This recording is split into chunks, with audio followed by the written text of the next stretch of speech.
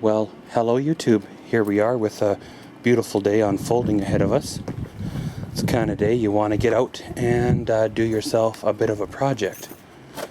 Well, this project has been on the back burner for almost a year now, as well as it's been a sore spot in my side for probably 8 years now. Well, I've never done a project like this before. I've read a few how-to things and watched some videos on how to install them. So I guess, hey, we're going to get at her and basically get her done.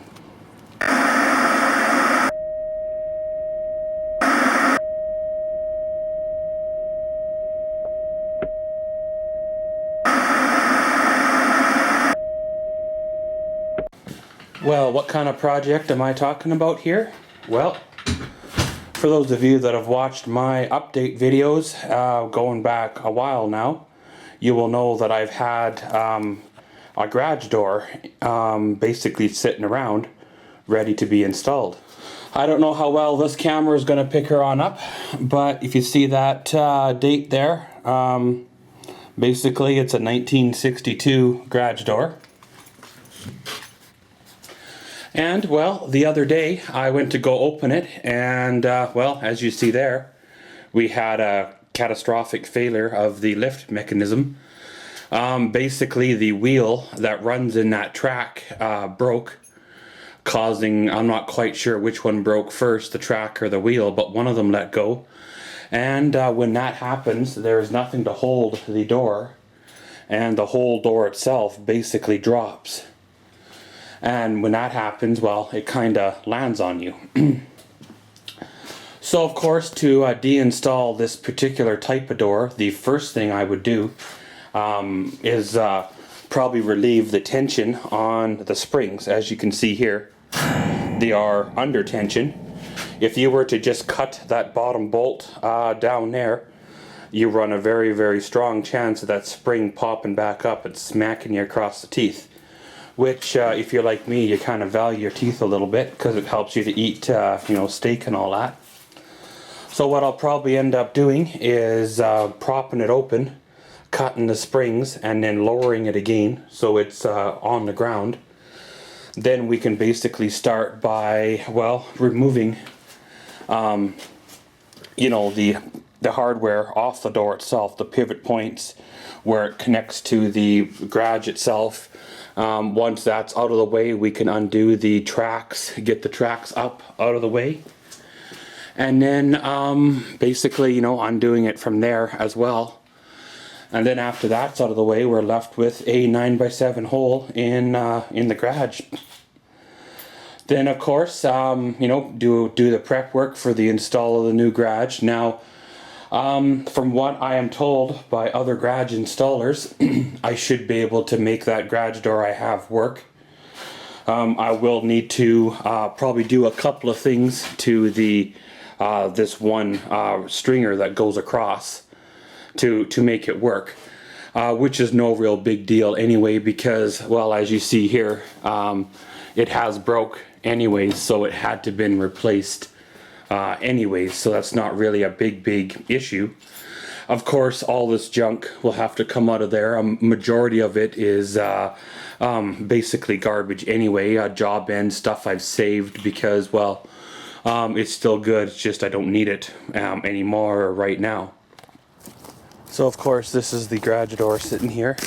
It has been semi-covered. It should have been wrapped in a tarp or something, but yeah, that's kind of the way she went. It is a 9x7 garage door. I do have the track and the hardware tucked at another area of the yard, so it is all here, all still complete. Basically, when you phone up the door guys asking them how much it's going to be to install one of their garage doors, they give you a quote right around the $1,500 mark. Now, you could just pay it done, get it done, and get it over with, not worry about having to do it yourself or having the stress of doing it yourself. Or you can, take a blessing that you were given and make an attempt at installing this garage door, and maybe you would actually succeed, and in that case you would save yourself a pile of money and kind of get the satisfaction of knowing you actually did something that you never did before. So guys, gonna get all prepped here, gonna get going.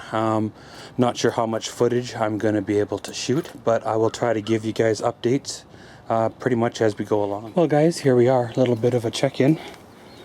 Well, as you see here, we have the garage door laying against the house. So that was pretty sweet. It came out reasonably well.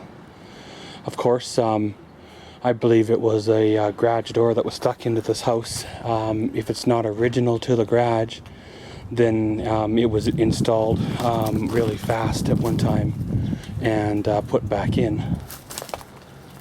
But we got the old garage door, but we got the new garage door all laid out here. Of course, it is brown in color, not white. I guess, you know, that's that'll work. That's pretty decent, I guess. Currently, I just finished prepping the hole for installation. You know, got all the old hardware off, the old springs and all the old track and all that, all removed, right? And I'm gonna have to relocate that 2x4. A little bit of electrical, but that's no biggie because that was in my plan anyways to you know, do the relocating when I did the garage part of the renovation anyway. So we'll you know, we'll get that done before the end of the day. Currently, because we're putting a 9x7 garage door in a 9x7 opening, if we were just to stand the door up in the hole, it would just fall frontwards, right? So what they call to do is install these little stops, basically this, in the opening so the door will rest against this stop. So what I've done is I've prepped the stops, got them all cut to a workable length. Got my handy dandy rigid driver and basically just about to run them on through. Now, of course, you know, when you're dealing with an older garage, it always has skeletons in its closet, or older, you know, older garages always have skeletons in their closets or stories to tell. Well, this one here, at one point, I believe somebody was trying to install a garage door in it, and as you see there, they cut the top plate, or the over top of the door, out, so they can change the garage door from a 6'8" to a 7x9. It might have been something as simple to get his big full-size truck in here. He did that, or they might have had a garage door in the 80s they were trying to put in here, and it wouldn't fit. So then they already modified the opening, so they just stuck the old one back into place. That's why it was missing hardware on the track system and stuff like that. But like I said, guys, this will either be a really good way to improve your garage, or it'll be one of those projects that'll end up in a disaster. But basically, either way, the garage door is an item that if it doesn't get used on by me or this project, it's probably going to go anyways. So why not give her a day, give her a shot, and see how it goes. Well guys, here we go, a little bit of a check-in for you. Well, as you see here, all the cardboard where the garage door used to be is all messed up. We got the last section set in here, just about to put on the last hinges, or whatever those bracket thingies are called. And well, here you go. Here is the garage door itself. By far is it not fully installed yet. But as per the instructions, it's basically just set in here. I personally would have put the, what do you want to call it, roller thingies up the sides, bolted them to the garage, and then had the door securely in place. But in the instructions it calls to pound nails in and bend those over to hold the garage door in place. So that's kind of, we're doing with the garage, but we're kind of doing what the instructions say. And of course we got nice something secure here to screw the rails into, so that looks like that's going to be the next step once we put the last section in this hole. Looking like probably going to end up with probably a 4 to 6 inch gap at the top that I'll have to fill with you know, OSB or plywood or, you know, spray foam or shop towels, whatever I can stick up there to make work. Other than that, the basic front half of the door is installing quite well. But of course, guys, a little bit of a check-in here just to show what's the what, and a little bit of some progress. So let's get at her, and hopefully we can get her you know, reasonably up there today. Okay guys, so here we are. As you see here, we've advanced a little bit since the last time I did a check-in. One thing I'll say is thank goodness for the internet, because well, there's videos on the internet, as well as you can get the full PDF of the instruction manual on there too. So if you don't quite understand the one that you've got that's been wet 300 times, you can go look on the internet and get the proper, well, view from there. So of course, currently working on the track system. You know, we have this one in front of us is the right-hand track. We have the flag bracket on the left one already mounted, and just currently gonna fasten her down. This is where the rubber meets the road per se, and the whole door will start to fasten to the garage, as well as within the next 15 minutes or so, we will know if it's going to actually work in this garage. As you see here, we got the track system for the left hand side going up. We got the flag bracket, and then that'll mount securely after drilling a couple of pilot holes to the garage itself, and then we tighten everything down, and then we can put the top rail on. I'm not 100% sure how this is going to line up. Like I said, it's going to be either just fit, or it's going to be, well, a tear out, so we'll have to see how it goes and kind of take it from there. Of course, the next one here, guys, is I got to pull out all these wonderful little helper nails, and hope the door doesn't fall on me when I pull those out. And after those nails are out, you know, taking your holes you got there in the brackets and everything being square and plumb and all that, and that's when you fasten her down. So probably get going here, guys, and well, next time I do a check-in, if I'm not in the hospital, then that means we must have successfully installed the first half to the garage door. Well guys, here we go, a little bit of a check-in for you. Well, I've reached the standstill in the project. I put the horizontal rails up there, did a little bit of eyeballing, had them kind of level, if you will. And between the tops, the bottom of the top rafters, the tops of the rails, there's about 3 inches. And when you factor in there, the door space is about, we'll say 2 inches between the edge of the door and the rail.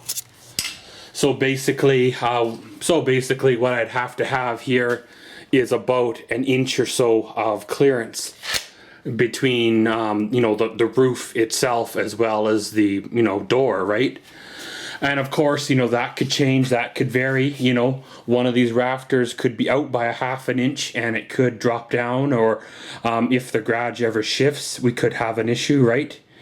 Of course, if the garage ever shifts, chances are the door would go out of alignment and I'd have to adjust the door anyways. But I'd like to insulate this attic, if you will, and kind of make it so it's warmer, so I don't lose a lot of heat out of there. So I kind of need that at least 3/8 of an inch in there to for OSB.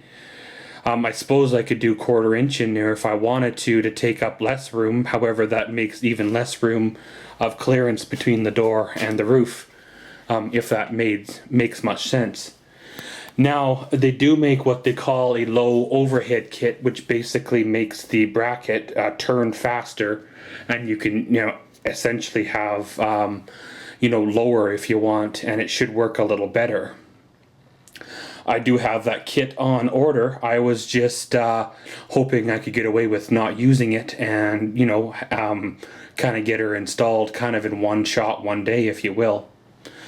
Of course, this old 2x4 will have to come out of there, and that second white one will have to come out the second white one's not really a load-bearing 2x4 other than the OSB behind it. I put that 2x4 up there when I first did the renovation years ago, so that there is not really a load-bearing 2x4 at all.